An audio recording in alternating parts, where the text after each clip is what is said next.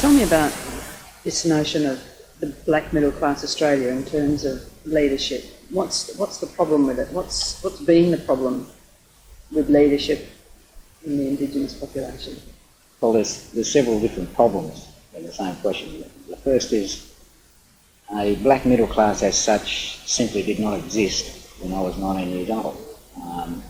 The overwhelming majority, like 99.9% of Indigenous people in this country were dispossessed and impoverished. I mean, living below, in most instances, well below the poverty line of this country. We saw the emergence of what I call the black middle class about the time of the creation of the first of the super Canberra bureaucracies, the Department of Aboriginal Affairs under Whitlam. The department had millions of dollars and offered high-paying jobs to some of the brightest Aboriginal talents of the day. The alternative for many of those people was to work in community organisations, which were the driving force at that time of the Aboriginal political struggle, and also the driving force of meaningful programs to try and alleviate the problems that confronted community.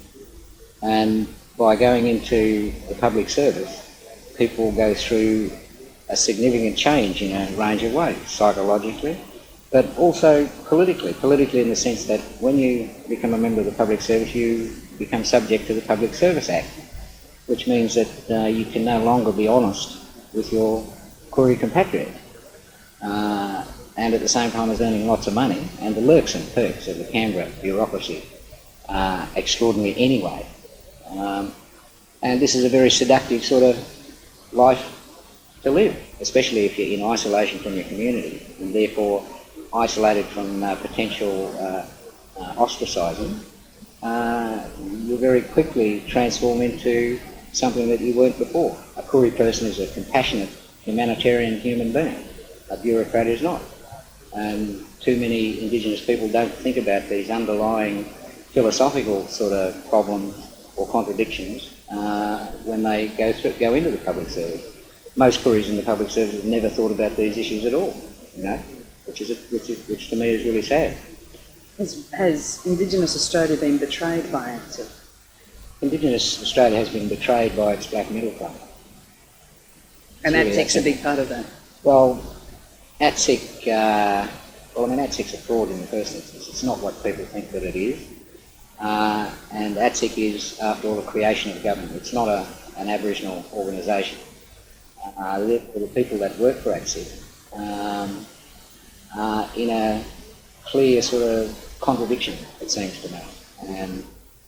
And I find it difficult how they can justify to themselves that they're actually doing something constructive and positive for their communities when most of these people know themselves through their own personal experience the damage that government policies such as ATSIC do. Going back to the notion of people being betrayed by middle-class Indigenous people, have people been betrayed by Charlie Pilkins? I don't think there's any point in getting into personalities.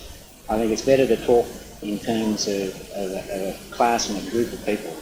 And I'm specifically referring to Aboriginal bureaucrats and people. These days, people who work in some of the community organisations, the community organisations themselves are no longer what they originally once were or what they were once conceived to be.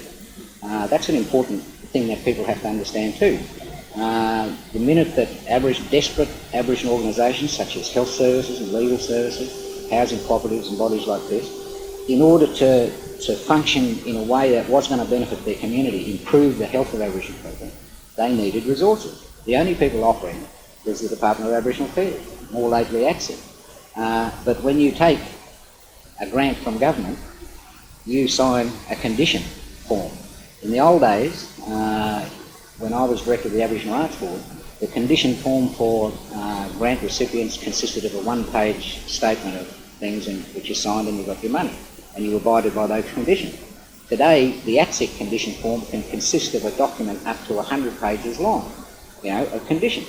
Now, this was the way in which ATSIC and government agencies managed to achieve what they couldn't achieve back in the 70s. That is, control over the Aboriginal organisations, forced the Aboriginal organisations to do things their way. For example, in Victoria here, the Aboriginal Health Service used to have a special fund for the desperate and the needy on the street, you know, the neediest of the neediest, desperate street people who needed help, you know, for food or accommodation or whatever.